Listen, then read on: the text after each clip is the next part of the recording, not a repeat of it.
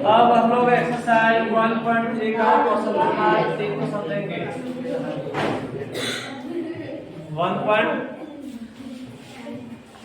1.3 का question number 3 समझेंगे। ठीक है, कराए कि निम्नलिखित को P बटे Q के रूप में व्यक्त कीजिए। P बटे Q मतलब क्या समझे? अंश बटे हर।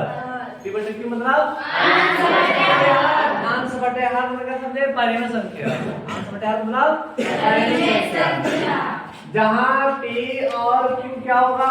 पूर्णांक होगा। हम लोग पढ़े थे परिमेय संख्या का परिभाषा। परिमेय संख्या का परिभाषा क्या पढ़े थे?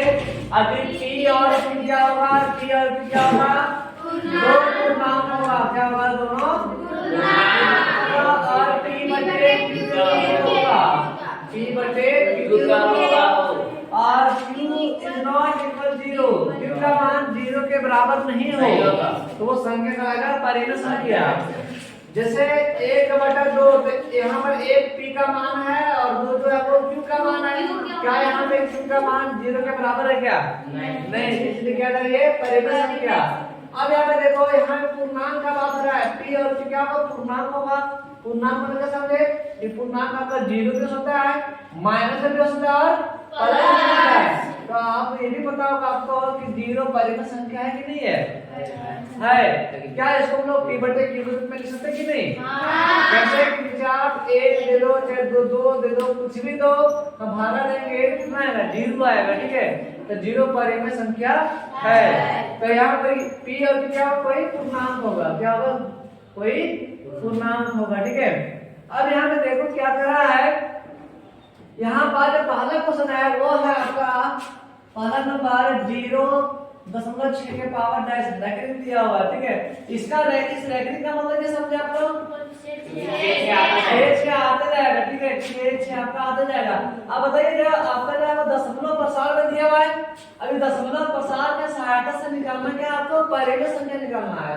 दशमलव प्रसार दिया हुआ है, अरे दशमलव प्रसार की सहायता से निकालना क्या आपको? परिमेय संख्या। परिमेय संख्या किस रूप का होता है? P बटे Q होता है। मतलब आपको इसको अंश बटे हर के रूप में लिखना है। ठीक है, थोड़ा सा आप नियम समझ लीजिए। ठीक है, क्या नियम है कि आपको देखा है कि दशमलव के बाद कितना अंक जो है वो पुनरावृत्ति हो रहा है। कितना अंक है वो पुनरावृत्ति हो रहा है। अगर यहाँ पे एक अंक अगर पुनरावृत्ति होगा, दशमलव के बाद अगर एक अंक पुनरावृत्ति मतलब समझेंगे बार बार वही संख्या आना, बार बार वही अंक आना। ठीक है, तो वो आपको पुनरावृत्ति कहलाता है। ठीक है, तो यहाँ पे अगर दशमलव के बाद अगर एक अंक पुनरावृत्ति हो रहा है, बार बार एक अंक बार बार आ रहा है, तो आपको 10 से गुना करना है। कितना से? 10 से। एक अंक अगर बार बार पुनरावृत्ति होगा तो 10 से गुना करना है। और अगर 2 अंक पुनरावृत्ति हो रहा है, 2 अंक पुनरावृत्ति हो रहा है तो 100 से गुना करना है। अगर 3 अंक पुनरावृत्ति हो रहा है तो 1000 से। इसी प्रकार से आपका 0 की संख्या बढ़ते जाएगा। ठीक है, 1 अंक पुनरावृत्ति तो 10 से, 2 अंक पुनरावृत्ति तो 100 से, और 3 अंक पुनरावृत्ति होगा तो 1000 से। तो पुनरावृत्ति समझ में आ गया कि एक ही अंक बार बार रिपीट होना। तो यहाँ पे जो क्वेश्चन है वो 0.6 के पावर डैश है। तो यहाँ पे देखो, इसको आप इस प्रकार से बनाएंगे। पहले आप मान लेंगे, माना x बराबर 0.6। अब देखो पावर डैश है और यहाँ पर रैखिक दिया है, इसका मतलब क्या समझे? बार बार आता रहेगा। क्या देखो इसको हम लोग 6 आपका आता रहेगा कि नहीं आता रहेगा? तो इसको इस प्रकार से लिख सकते हैं। अब इसको हम लोग क्या करेंगे? समीकरण 1 मान लेंगे। और अभी आपको ये बताएंगे इसमें से कितना पुनरावृत्ति हो रहा है? एक अंक पुनरावृत्ति हो रहा है, वो अंक क्या है? 6 है। क्या इसमें 6 के अलावा और कोई अंक आ रहा है क्या? नहीं, सिर्फ एक ही अंक पुनरावृत्ति हो रहा है, वो आपका सिर्फ 6 है। तो बताइए यहाँ पर 6 है, वो बार बार आ रहा है, मतलब एक अंक पुनरावृत्ति हो। जब एक अंक पुनरावृत्ति होगा तो कितना से गुना करेंगे? 10 से। अब ये समीकरण है, अब समीकरण में कितना गुना करेंगे? LHS साइड की RHS साइड। बोलिए, समीकरण में क्या समझे? LHS और RHS दोनों बराबर होना चाहिए, दोनों बैलेंस में होना चाहिए। यहाँ पे देखो जैसे मान लो अगर यहाँ 2 से गुना करेगा तो यहाँ पे आपको 2 से गुना करना पड़ेगा। यहाँ अगर आप 10 से गुना करेगा तो यहाँ भी आपको 10 से गुना करना पड़ेगा, क्योंकि समीकरण है और समीकरण में LHS और RHS क्या होती है, बराबर होती है। यहाँ पे समीकरण 1 में कितना से गुना करेंगे, 10 से या 100 से? 10 से। क्यों? एक का पुनरावृत्ति हो रहा है। यहाँ पे आप लिख दीजिए समीकरण 1 में 10 से गुना करने पर, अब समीकरण 1 ये वाला है, इसमें गुना कीजिए कितना से, 10 से, और x में गुना करेंगे 10 कितना आएगा, 10 आएगा, और इसमें तो गुना करेंगे कितना आएगा, 0, ये हट जाएगा 10 बोलो, यहाँ पे आ जाएगा 10 बोलो, कितना आएगा, 6.666 आपका आ जाएगा। अब इसको समीकरण क्या मान लो, 2। अब बताइए बड़ा समीकरण 1 है कि बड़ा समीकरण 2 है, कौन सा बड़ा है इसमें से? समीकरण 1 बड़ा है, समीकरण 2 बड़ा है? समीकरण 2 बड़ा है। तो हम लोग बड़ा पे छोटा को घटाते हैं कि छोटा पे बड़ा को घटाते हैं? बड़ा पे छोटा को घटाते हैं। तो समीकरण 2 में 1 को हम लोग घटा देंगे, क्या करेंगे, घटा देंगे। समीकरण नंबर 2 में 1 को, समीकरण 1 को घटाने पर, तो चलो यहाँ पे 10x बराबर 6.66 आपका आता रहा है। उसी प्रकार से यहाँ पे देखो 1 है, यहाँ पर 1x है, बराबर है, देखो बराबर 1 ही आएगा, कितना जाएगा, 0.66 आपका आ जाएगा। घटाएंगे, अब घटाएंगे तो क्या बचेगा, 0 0 0 0, यहाँ पे क्या बचेगा, 6 बराबर यहाँ कितना बचेगा, 9 है। यहाँ समझ में आया? चलिए यहाँ पे देखो 9x बराबर दशमलव के बाद 0 के वैल्यू नहीं होगा। अब जैसे मान लो यहाँ पर है तो इसका वैल्यू है 1, अगर मान लो यहाँ पर 1 है, 2 है तो उसका वैल्यू है, लेकिन जब यहाँ पे कुछ नहीं रहेगा तो इसका वैल्यू नहीं होगा। तो चलो यहाँ पे नहीं है, इसका दशमलव के बाद जब वैल्यू नहीं होता तो इसको हम लोग डाल में 6 लिख सकते हैं, लिख सकते कि नहीं? चलिए इसको आगे और हल करते हैं, ठीक है। यहाँ पे देखो कितना आ गया, चलो इसको ये मान लेते हैं, ठीक है, ये मानते हैं।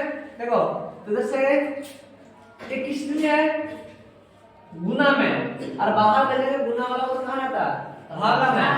यहाँ पे देखो x बराबर 6/9, 3 का मान निकलेगा, 2 बार करेंगे 3 बार में, तो इधर से देखो x का मान कितना आ गया, 2/3, और यही इसका आंसर। इसी प्रकार से क्वेश्चन नंबर दूसरा देखिए, 0.477 और 7 पर डैश दिया हुआ है, ठीक है, क्या दिया हुआ है, 7 पर डैश दिया हुआ है। चलो यहाँ पे तो यहाँ पे हल करेंगे तो माना सबसे पहले क्या लिखेंगे, 0.4777 आता रहेगा समीकरण। तो माना यहाँ पे जब लोग क्या होगा, x बराबर, माना x बराबर, ठीक है। अब इसको समीकरण 1 मान लेंगे। अब पुनरावृत्ति कितना हो रहा है, 1 का 2 पर 1 का दे रहा है, वो सिर्फ 7 हो रहा है, 4 हो रहा है क्या, 4 7 4 7 4 आ रहा है क्या, नहीं आ रहा है, ठीक है। यहाँ पुनरावृत्ति सिर्फ 1 अंक हो रहा है, वो कितना 7, तो कितना गुना करेंगे, 10 से। तो समीकरण 1 में 10 से गुना करने पर, तो चलिए गुना करते हैं। तो यहाँ पे देखो कितना रहेगा, यहाँ पर 10 है, फिर कितना हो जाएगा, 10 में हो जाएगा, तो 4.777 आपका आते रहेगा। इसको समीकरण कितना मान लो, 2 इसको मान लेते हैं। अब वही नियम समीकरण नंबर क्या करेंगे, 2 में 1 को घटाने पर, तो समीकरण 2 ये वाला उसको काट दीजिए, तो 10x बराबर 4.777 आपका आता रहेगा। जैसे x जैसे कितना था देखो तो 0.477 ठीक है। अब हटा दीजिए, ये कितना बचेगा, 0 0 0 7 हो जाएगा तो 3 बचेगा, ठीक है, कितना बचेगा, 10 बाद हो जाएगा, बराबर यहाँ पे कितना बचेगा रे, 9x। तो देखो इसको हम हल करेंगे, देखो तो 9x बराबर 4.3 लिखेंगे, जीरो के वैल्यू नहीं होता है। चलिए अब यहाँ पे देखो आगे हम करेंगे तो x बराबर गुना में कहाँ जाएगा भागा में, तो 4.3/9।